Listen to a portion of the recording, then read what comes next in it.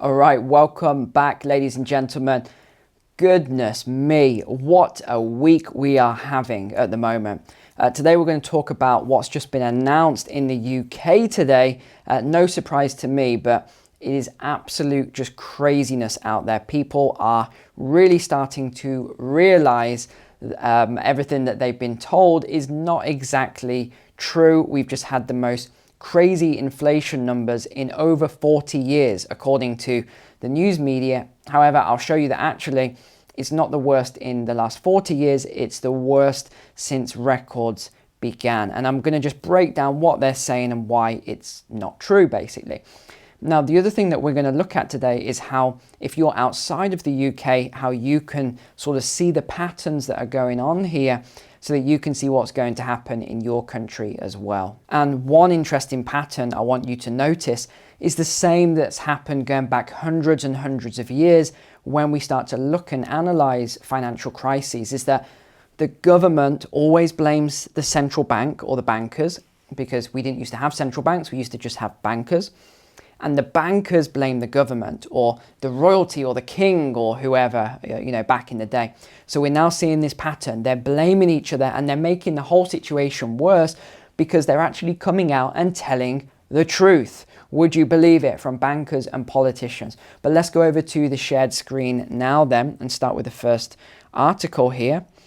This is UK inflation hits 40-year high of 9% as energy bills soar. So this is everywhere at the moment. This is just going global about the UK economy. So what are they saying is the reason for this high inflation? Higher fuel and food prices driven by the Ukraine war. First incorrect thing they have posted here, the first part of propaganda. This is not true. Inflation is a monetary phenomenon and it can only come about by an increase in the monetary supply versus the number of goods and services available. So we can actually look at 2 or 3 other metrics which will increase inflation, such as higher fuel and food prices. However, even this is not correct because it's not driven by the Ukraine war, it's driven by the sanctions as a result of the Ukraine war. If there were no sanctions, you wouldn't be seeing higher fuel prices because Russia would still be exporting fuel.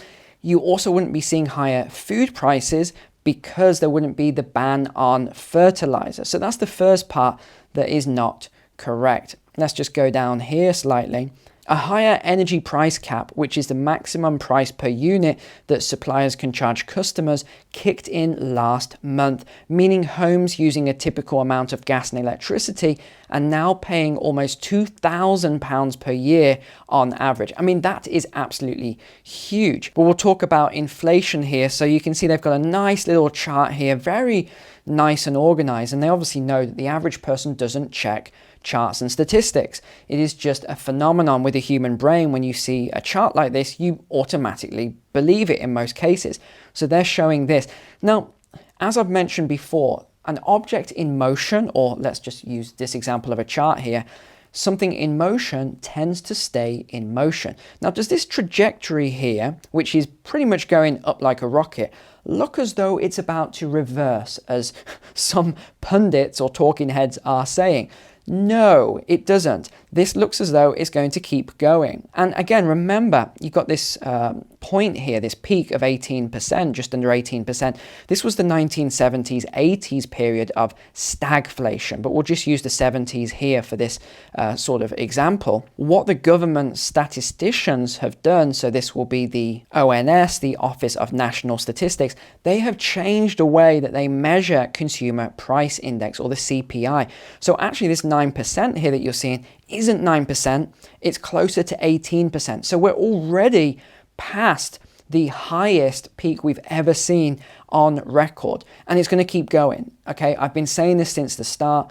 and where people thought I was nuts, and we won't even go into all of that today because I moan about that too much, but now we are seeing it. Let's look at something else then. Meanwhile, average petrol prices stood at £1.62 per litre in April of 2022, the highest on record, compared with £1.26 per litre a year earlier. Now, I can actually attest to this because I had family over the last week, as I mentioned, and I was talking about saying, here on the island, we're quite protected. We haven't seen these high price rises in petrol that you've seen on the mainland in the UK, where he was talking about £1.62, £1.63 a litre of fuel. And I said, well, here it's only £1.45 a litre. So we were doing a lot of driving around. We went to the filling station, and I get there, and both my wife and I gasped and went, what on earth? That says £1.62 per litre. But it was only £1.45 per litre the day before. So it went up 17 pence in one single day. Now, it might not sound a lot, but when you look at it on a percentage terms, that is enormous. That is over a 10% rise overnight in the fuel prices here. So as I've mentioned a few times, when you have these higher energy inputs, it actually cuts out a lot of the spending that you have, a lot of the available money to spend elsewhere, leading to a recession. And this is what we're going to see. And then as the recession goes on, stagflationary period. Again, that video I think is on my homepage of my channel. I made it about 2 years ago, where I said deflation in 2020 in airfares, so airline tickets, hotels, leisure, etc. High inflation 2021 into 2022, a period of high inflation. And then 2023 onwards is a period of stagflation. Now, I can't tell you exactly when that stagflation will end and how that will look because of the central bank manipulation, where they do their QE or their QT, quantitative easing, quantitative tightening, with adjustments in interest rates. Because they manipulate the currency supply, or the money supply, if you want me to call it that, and the economy, I can't make a forecast much past 23, 24, because I don't know what they are going to do. It's all up to them. Now let's go back to the shared screen here, because I want to show you in a moment how they have started blaming each other. But before then, here we go. Prices have been rising for months as fuel, energy and food prices surge higher due to the pandemic and the Ukraine war, and wages are failing to keep pace. Again, this is a lie. The inflation was here way before any of this stuff around the Ukraine war. And remember, the inflation from the pandemic, I already forecasted that, and I said 18 months you will see all the inflation from the new currency creation hit the economy. And that is what we are now seeing. This is just mathematics. All of these news agencies, they try and put all of this emotion in, and they try and tell you, again, during the pandemic, they don't want to give you statistics, they want to tell you the emotions about the statistics, or even just, get rid of the statistics completely. They want to tell you about the emotions and how people are feeling. Again, I couldn't care less about any of that. Give me the numbers, give me the statistics. That is all I'm interested in, because numbers don't lie unless they're numbers from certain organisations. But the Bank of England warned earlier this month that the cost crunch could leave the UK on the brink of recession, with inflation peaking at over 10% later this year amid further expected rises in energy bills as a result of sanctions. Correct. Let's see what Faisal Islam has to say here. He is the economics editor at the BBC. So here we go. We're talking about Andrew Bailey, Governor of the Bank of England. Only this week he acknowledged there was not a lot the bank could do about 4/5. So what's he saying here? 80% of the anticipated rises as it's being imported from globally rising prices for energy and food. Wrong again, incorrect. It's as a result of him doing too much quantitative easing. And I'll prove this to you in a moment. For those of you who think, oh, Neil just makes all this stuff up, I'm going to show you with data from actual statistics here. With households under increasing pressure, the government faces growing calls to offer more help. Of course, they say, and let's look at what Rishi has to say. Commenting on the latest figures, Chancellor Rishi Sunak said he cannot protect people completely from rising inflation as it was a global problem. Oh, but we can send billions of dollars to a certain battalion in Ukraine who we're not even allowed to talk about because of their certain ties. We can send billions of dollars or millions of dollars, it depends on the country. The US sending 40 billion. We can send that money there where a lot of it gets funneled into that organization, but we can't help our own people. Okay, that sounds logical. I'm sure the people are going to stand for that for a prolonged period of time when they can't afford to eat or heat their home in winter. Yeah, people are going to stand for that. Look at Sri Lanka and you'll see how that ends.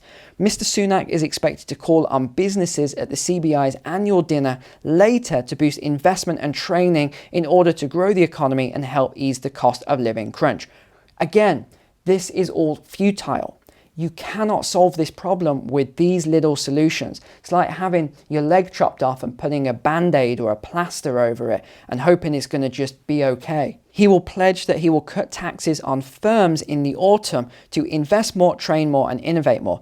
Again, this is ridiculous because he's going to cut taxes on the businesses. What happened over the last 2 years? What did I say?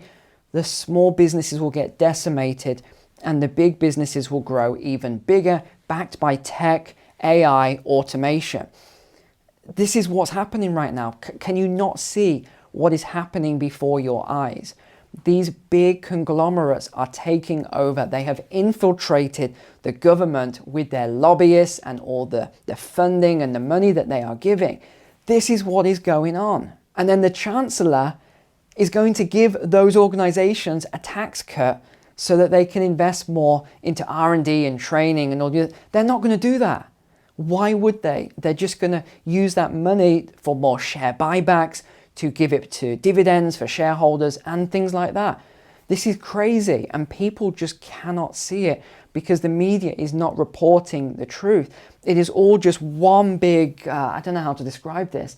It's just this, the whole thing is infiltrated now. You're not seeing what is actually going on. So what's Boris Johnson saying? He's saying he will look at all the measures needed to help people struggling with rising bills. If he was going to do that, he would have done it by now. However, the bank has faced criticism from MPs for not doing enough to tackle the crisis. So again, this is how it ends up. The politicians start to blame the bank. The bank then responds and blames the politicians. It becomes a big blame game, just as we saw after World War I, after World War II, after all of these other financial crashes. They all blame each other, but who's left to carry the can? It is you and I, the public. And again, it doesn't matter if you're in the UK, USA, Australia, Canada, it doesn't matter where you are, it is the same pattern globally. And the governor again saying there's nothing he can do about it, it's global forces. Of course it is. Now look at this is a very interesting chart. Global inflation rates have risen since 2020 and it's showing all these rates, again, manipulated rates, but they're saying they just can't figure out why. It's this war in Ukraine and all the other stuff. 9% UK, 8.3% in the US, 8.3% Spain, Germany 7.4%, New Zealand 6.9%. This just goes on and on and on. Well, let's have a look at this. This is M1 money supply. And again, we can use all the different M1, M2, etc. But I'm just going to use M1 as an example to show you what's been happening. Oh, what's this here, you ask? What's this spike? That is new currency creation. What about the United States? Oh, even worse. Look at this. Why is there all this inflation in the United States? I wonder if it is this vertical line here of new creation. Germany, the same. France, the same. Canada, the same. Australia, the same. Spain, the same. It is all the same. They have created currency, thereby destroying your purchasing power and bringing on high levels of inflation. Now at the bottom here, it says, have your say at bbc.co.uk. I would honestly say to you all, get in touch, blast everything I've just said over to the BBC. Let's see if they report on it, because if they don't, then you know that they are controlled. And I guarantee you they will not report on any of it. You can send them a WhatsApp, you can tweet them, you can fill in the form below, you can expose all the stuff I've just said, and I guarantee you it won't make any difference. But I think it's a fun experiment and we should all do it anyway. Now, the other thing that isn't on their website, but I want to bring your attention to, is this. So this is retail price inflation, an older measure which the Office of National Statistics, so again, what I just mentioned, the ONS, says is now inaccurate. Of course it's inaccurate. It makes everything look really, really bad. If they reported on it, we'd have 18% inflation today, but which is widely used in commercial contracts and to set interest payments on inflation-linked government bonds jumped to 11.1% last month, also the highest since 1982. So that gives you a much more accurate metric, although it's still not correct at 11%. There were signs of further inflation pressure ahead as manufacturers suffered the joint biggest increase on record in the prices they pay for their raw materials, which were up by an annual 18.6%, matching March's high. Factories increased their prices by 14% over the 12 months to April, the biggest jump since July of 2008. We keep coming back to this month and year, July 2008. So let me ask you a question here. If these manufacturers are seeing price increases last month, the month before, of 14 to 18%, what do you think they're going to do? Do you think they're just going to swallow those costs? No, of course not. They're going to add them onto the prices that they're charging to retailers. Where do you buy your goods and services from? Retailers or supermarkets or whatever else you want to say. All of this cost inflation, this new cost, is going into the products and services you buy. I'll tell you another interesting thing. YouTube sends me statistics. It's, in your dashboard there. And it shows all the people who watch my videos at one point or another and then just dropped off and didn't watch anymore. Usually because they leave a comment, "You're crazy," "You're all conspiracy theorists" in the comment. They leave these sort of comments and then they disappear. Well, very, very interesting. The graph, so it's like a purple line on all the analytics. It's showing returning visitors going like this. So all of these people that used to say, "Oh, this is crazy talk," are coming back. What does that tell you? It tells you that a lot of people are waking up. And that's why yesterday's video was so important and timely, because the more people in the public wake up and realize that they've been fooled and had around inflation and other stuff we won't talk about, as they're starting to realize, okay, I've been tricked here. People get really angry when they realize this. When they realize they've been fooled, they completely lose it. This is just one of these things in human nature. We don't like being fooled. So you're going to see all of this as well, all of this built up or pent up energy and anger hitting things as well. So you're going to have both a economical crisis as well as a social crisis.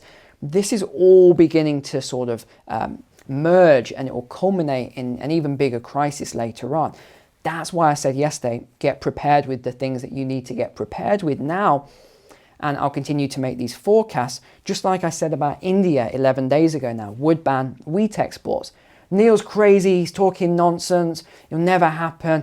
India, if they were to do it, we'd have a global famine because Russia and Ukraine and China are not doing these exports. So India has to, they just have to. Well, now they're not. They've banned their wheat exports. All of these things are going to hit you, and they're going to hit you hard. Prepare now.